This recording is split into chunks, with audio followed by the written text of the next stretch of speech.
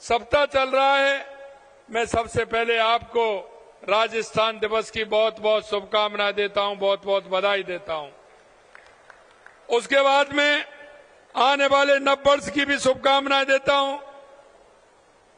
आज राजस्थान दिवस के शुभ अवसर पर कार्यक्रम की कड़ी में कोटा में आयोजित युवा एवं रोजगार उत्सव में आप सभी का स्वागत और अभिनंदन करता हूं।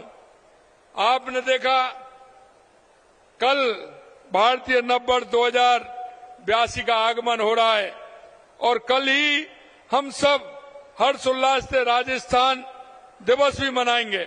मैं आप सभी को राजस्थान दिवस और नववर्ष की शुभकामनाएं देता हूं।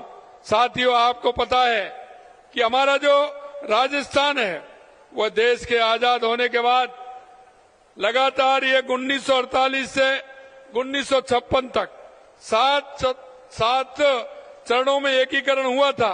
लेकिन इस चौथे चरण में जिस बृहद राजस्थान का निर्माण हुआ, एकीकरण हुआ, इस प्रक्रिया का एक महत्वपूर्ण पड़ाव था, जिसे स्मरण करते ही हम हर साल राजस्थान दिवस मनाते हैं। वे बृहद राजस्थान भारतीय नववर्ष चैत्र शुक्ल प्रतिपदा को रेवती नक्षत्र और इंद्र योग की शुभ घड़ी में अस्तित्व में आया था। और ये हमारे सौभाग्य की बात है कि वही रेवती नक्षत्र और इंद्र योग इस बार भी आ रहा है, इसलिए ये और हमारे लिए शुभ हो जाता है। इसलिए आपको इसकी भी बहुत बहुत शुभकामनाएं। जब बृहद राजस्थान की स्थापना के लिए चैत्र शुक्ल प्रतिपदा शुभ तिथि को चुना गया था, तो देश के हमारे प्रदेशवासी इस दिवस को हम राजस्थान दिवस के रूप में मनाते हैं। ये भावनाओं का सम्मान करते हुए ये हर साल भारतीय नववर्ष चैत्र शुक्ल प्रतिपदा को ही राजस्थान दिवस मनाने का हमने निर्णय लिया है और इसी तरह से हमेशा हमारा ये राजस्थान दिवस मनाया जाएगा। इस बार हम राजस्थान दिवस के पावन अवसर पर 7 दिवसीय हमने महोत्सव मनाया है, जो हमारी मातृशक्ति, युवा शक्ति, अन्नदाता, अंत्योदय को समर्पित है। और देश के यशस्वी प्रधानमंत्री नरेंद्र मोदी जी जिस तरह से आपने देखा है युवा, महिला, किसान, मजदूर के लिए लगातार हमारी केंद्र की सरकार हो या राज्य की सरकार हो काम कर रही है, हम उसी विजन को लेकर के चल रहे हैं। और उस विजन के साथ साथ युवाओं की ऊर्जा और प्रतिभा का उत्सव, बल्कि उनके उज्जवल भविष्य को सुनिश्चित करने के लिए राज्य सरकार लगातार प्रयास कर रही है। हमारे युवाओं को पिछली सरकार ने हर कदम पर अन्याय और अत्याचार का सामना करना पड़ा था, उसे लेकर आपकी जितनी पीड़ा है उतनी ही मुझे भी है। मैं जानता हूं कि गांव के गरीब माँ बाप किस तरह से अपने नौनिहाल को, अपने बेटे को शिक्षा दिलाने का काम करते हैं, और कोटा वाले तो इसे अच्छी तरह से जानते हैं। वो गांव से आते हैं या हॉस्टल में भी रहते हैं, किराए का मकान लेते हैं।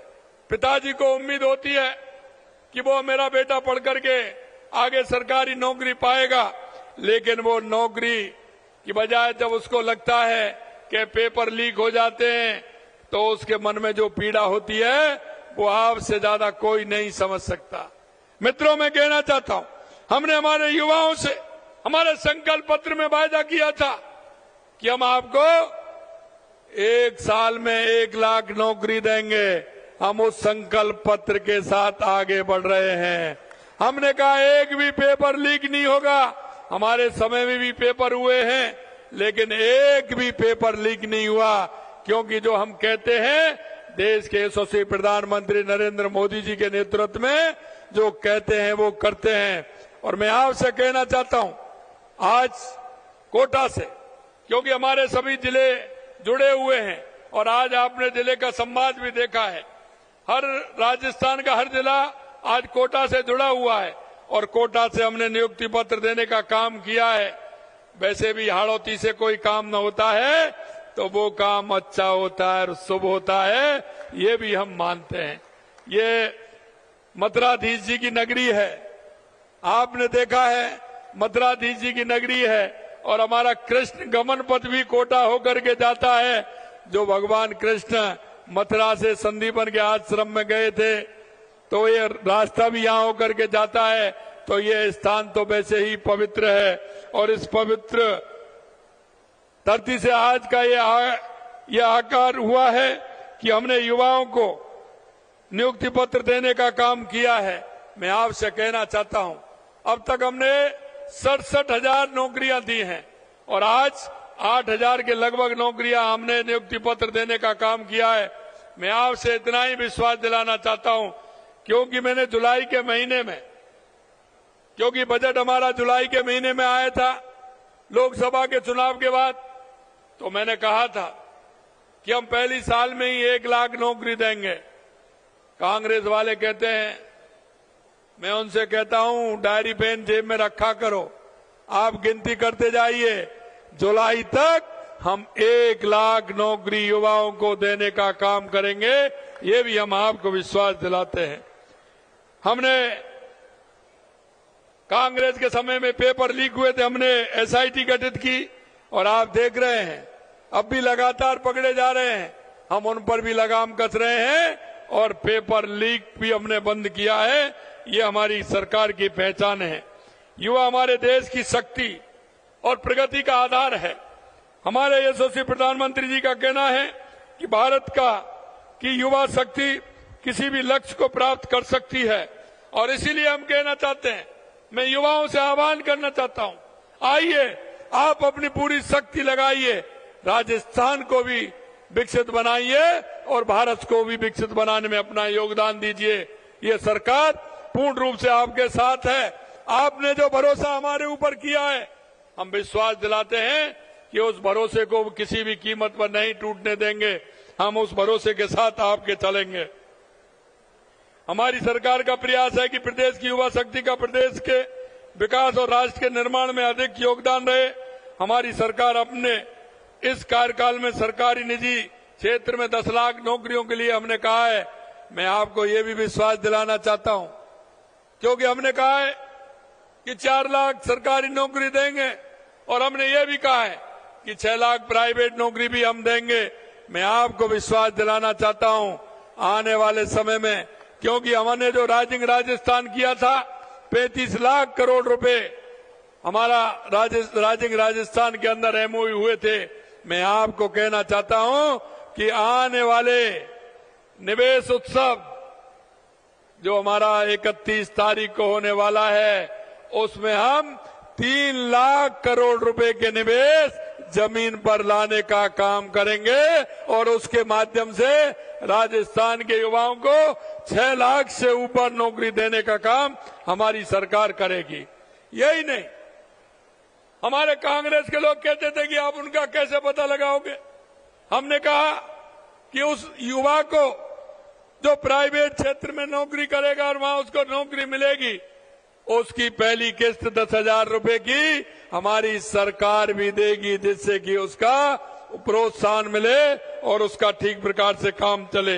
ये भी हम करने जा रहे हैं। आज के इस अवसर पर 7,800 से अधिक युवाओं को सरकारी नौकरी और नियुक्ति पत्र हमने दिए हैं।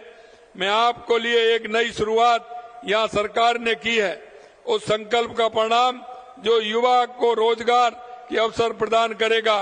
रोजगार मेला, कैंपस प्लेसमेंट का आयोजन किया है, मुख्यालयों पर किया जा रहा है ताकि हर क्षेत्र में युवाओं को नौकरी मिले।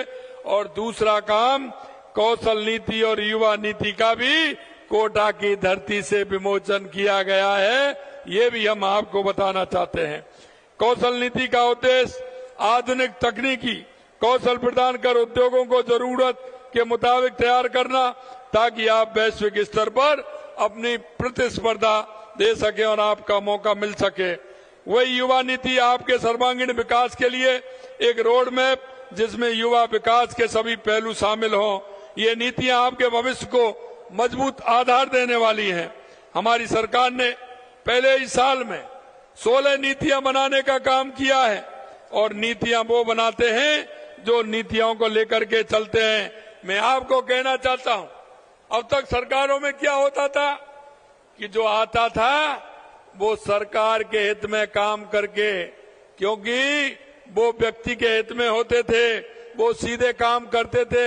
हमने कहा कि जो भी काम राजस्थान के अंदर होगा वो नीति के हिसाब से होगा, इसलिए हमने नीति बनाने का काम किया।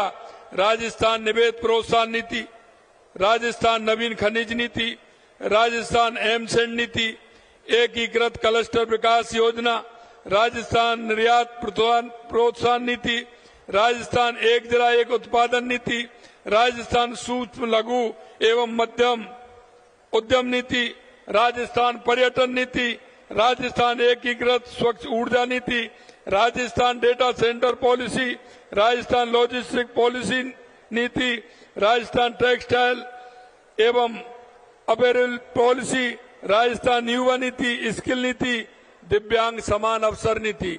ये हम नीति बना करके काम कर रहे हैं, जिससे कि देश के यशस्वी प्रधानमंत्री नरेंद्र मोदी जी जिस गरीब कल्याण की बात करते हैं। मित्रों, मैं कहना चाहता हूं, हमेशा इस कांग्रेस के लोगों ने गरीब की बात की, गरीबी हटाओ का नारा दिया, लेकिन कभी इनका गरीब से संपर्क नहीं रहा। अगर गरीब का संपर्क रहा तो देश के यशस्वी प्रधानमंत्री नरेंद्र मोदी जी ने 2014 के बाद गरीब की परिभाषा को बदलने के काम किया। गरीब कल्याण की योजनाओं के माध्यम से गांव गरीब को लेकर के उन्होंने जिस तरह से काम किया है, आज योजनाएं धरातल पर दिखने लगी हैं। मैं आपसे यही कहना चाहता हूं, हमारे मनीषी पंडित दीनदयाल उपाध्याय जी के अंत्योदय, बाबा साहब भीमराव अंबेडकर जी के अंत्योदय को लेकर के हमारी सरकार चल रही है। हम अंतिम पंक्ति में खड़ा हुआ व्यक्ति जिसको आवश्यकता है, हमारी सरकार उसके लिए काम कर रही है, इसलिए हम नीति बना करके काम कर रहे हैं। हमारी ये 16 नीतियां हमने जो बनाई हैं, इसी तरह से खेल और खेल शिक्षा में उत्कृष्ट योगदान के लिए द्रोणाचार्य अवार्ड प्राप्त करने वाले खेल गुरुओं को सम्मानित करने के लिए भूमि आवंटन हेतु दिशा निर्देश भी जारी किए गए हैं। आज जिस तरह से रन फॉर फिट राजस्थान दौड़ आज सभी जिलों में हुई है, इसीलिए क्योंकि हमारे युवा सशक्त होगा तो निश्चित रूप से हमारा प्रदेश सशक्त होगा। हमारी सरकार निजी क्षेत्र में भी रोजगार को बढ़ावा देने के लिए प्रतिबद्ध है। इसके तहत एक नई योजना दिशा निर्देश जारी किए गए हैं। युवाओं को हम 10,000 रुपए की सहायता दी जाएगी। निजी क्षेत्र के रोजगार के अवसर बढ़ाने के लिए हमने हमारी सरकार के पहले वर्ष में ही, जैसा मैंने कहा, राइजिंग राजस्थान के माध्यम से काम किया है। मित्रों, मैं एक बात और कहना चाहता हूं, क्योंकि हमारा युवा गांव से चल करके शहर की तरफ आता है, उसे वहां लाइब्रेरी की सुविधा नहीं मिल पाती है। हमने हर पंचायत में अटल ज्ञान केंद्र खोलने के दिशा निर्देश भी जारी किए हैं। वहां रोजगार प्रशिक्षण भी मिलेगा, ई लाइब्रेरी भी मिलेगी और उसका फायदा हमारा गरीब व्यक्ति गांव में और पंचायत में रह करके भी उसका लेगा। उसके माध्यम से सेवाओं तक पहुंच सके, ये भी हम करने वाले हैं। हम युवा विकास के हर पहलू का काम कर रहे हैं। एक और जहां नई युवा नीति लाई जा रही है, वहीं दूसरी ओर प्रदेश के युवाओं को नशे की लत से बचाने के लिए नई किरण नशा मुक्ति केंद्रों की स्थापना करते हुए हमने उसके लिए भी काम हमारी सरकार कर रही है, क्योंकि युवाओं की नशे की बुराई से मुक्त एवं एक स्वस्थ और सशक्त समाज का निर्माण हो सके। हमारे यशस्वी प्रधानमंत्री नरेंद्र मोदी जी ने मानव क्षमता के उन्नयन, न्याय संगत, न्यायपूर्ण समाज के निर्माण तथा राष्ट्रीय विकास में शिक्षा के महत्व को देखते हुए राष्ट्रीय शिक्षा नीति 2020 लागू की है। यह एक समावेशी प्रेरक नीति है जो शिक्षा और रोजगार में बड़ा बदलाव लाएगी। नई राष्ट्रीय शिक्षा नीति रोजगार परक शिक्षा को बढ़ावा दे रही है। इस नीति की भावना के अनुरूप राजस्थान तकनीकी शिक्षा कोटा में नए बीटेक और एमटेक कोर्स की शुरू किए गए हैं, जो आज के बदलते दौर में इंडस्ट्री की मानव संसाधन की मांग पूरी करने में सहायक साबित होगी। हमारी सरकार ने इस नीति को प्रभावी रूप से लागू करने के लिए कदम उठाए हैं। मैं कहना चाहता हूं, आज आपने देखा, हमने पोर्टल के माध्यम से मुख्यमंत्री शिक्षित राजस्थान अभियान का शुभारंभ किया है। हर बच्चे तक शिक्षा पहुंचाने के लिए हम कटिबद्ध हैं। इसके तहत प्रदेश में राष्ट्रीय शिक्षा नीति का क्रियान्वयन को गति मिलेगी और बच्चों पर विशेष ध्यान देकर उनके विषयों को समझ को बेहतर बनाने का काम किया जाएगा। उनका आत्मविश्वास भी बढ़े, पढ़ाई करे, इसके लिए हम काम करेंगे। हमारे समाज से वंचित वर्ग, श्रमिकों और मजदूर परिवारों के बच्चों के लिए शिक्षा और लचीला बनाने के लिए Rajasthan state open school on demand examination के